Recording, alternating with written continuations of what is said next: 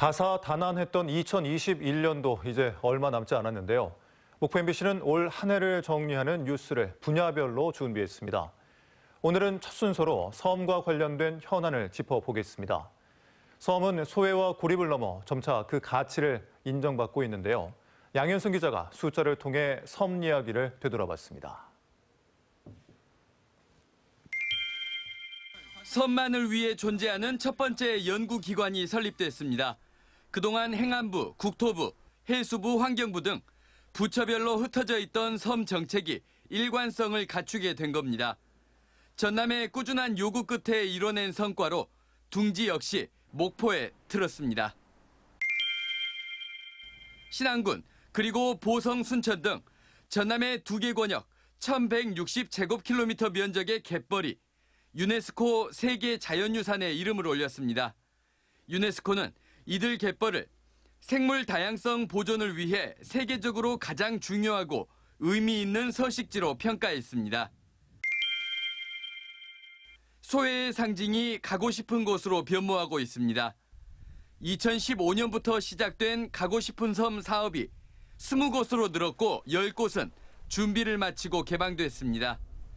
가고 싶은 섬 사업 이후 방문객은 46%가 늘었고 주민소득은 500% 가까이 증가했습니다. 정부의 어촌 뉴딜 300 사업의 첫 번째 성과 역시 전남에서 확인됐습니다. 신안군의 머나먼 섬 만제도에 여객선 접안 시설이 준공된 겁니다. 육지에 가려면 6시간을 각오해야 했던 만제도가 이제 2시간 10분으로 명실상부 1일 생활권이 됐습니다. 섬 주민의 유일한 이동수단인 여객선 요금이 1,000원이 됐습니다. 1,000원만 섬 주민이 부담하면 초과되는 배싹은 전라남도가 지원하는 겁니다.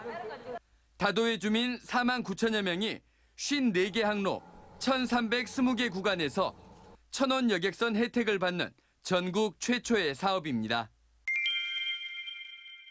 2026년 7월 여수에서는 세계 섬 박람회 개최가 확정됐습니다.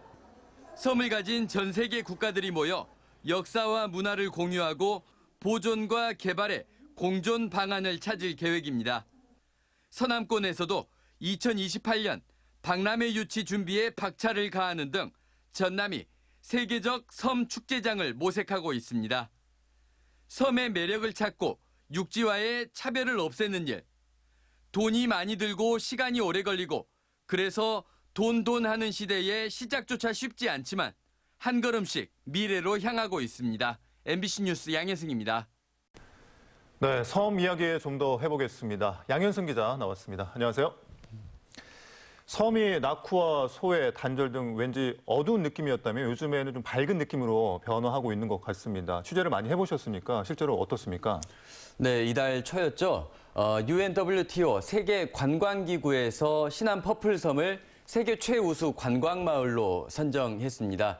이 관광을 통해서 섬과 같은 낙후 지역의 균형 발전을 도모할 수 있는 하나의 모델로서 평가를 받은 거라고 볼 수 있을 텐데 앞서 뉴스에서 전해드렸던 것처럼 섬을 둘러싸고 있는 갯벌 역시 세계 자연유산으로 선정이 됐습니다. 한마디로 섬은 현재의 부귀 영화가 아니라 미래를 위한 공간으로 인식되고 있다. 이렇게 말씀드릴 수 있겠습니다. 네, 그렇다면 섬이 섬으로서 존재하면서 그 가치를 드러내기 위해서는 어떤 조건들이 필요할까요?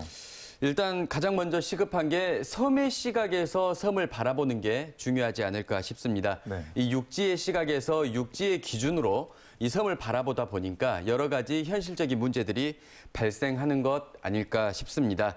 다행스럽게 올해 섬진흥원이 목포에 둥지를 틀지 않았습니까? 이제 섬만을 위한 정책이 구상이 가능해졌다라고 볼 수 있을 텐데 그동안 우리가 해양 영토의 거점이다, 또 생태의 보고다, 이런 형태의 섬을 수식을 많이 해왔는데 이제서야 비로소 섬의 가치를 인정받을 수 있는 그 출발점에 선 것 아닌가 생각이 됩니다. 네, 가치를 말씀하셨으니까 질문을 드리는 건데 섬에서 정말 경제적, 뭐 사회적, 문화적 가치 정말 중요합니다. 하지만 그것보다 더 중요한 건 섬에서 살아가고 있는 사람들이 과연 진정으로 행복한가 이 문제 아니겠습니까? 근데 현실을 보면 숙제들이 좀 만만치 않은 것 같은데요. 어떻습니까? 네, 그렇습니다. 무엇보다도 섬을 지키고 또 섬에서 살아가고 있는 섬 주민들이 살아갈만 해야 되겠죠. 또 행복감들을 느껴야 될 텐데 여전히 숙제가 많습니다.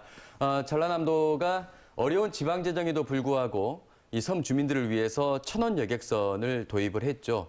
마음 편하게 육지를 오갈 수 있게끔은 해야 되지 않느냐, 뭐 이런 차원인데 육지에는 KTX, 또 고속도로, 그리고 공항과 같은 다양한 교통수단이 존재를 합니다. 하지만 섬은 여객선이 전부입니다. 뭐 대중교통이랄 게 없겠죠.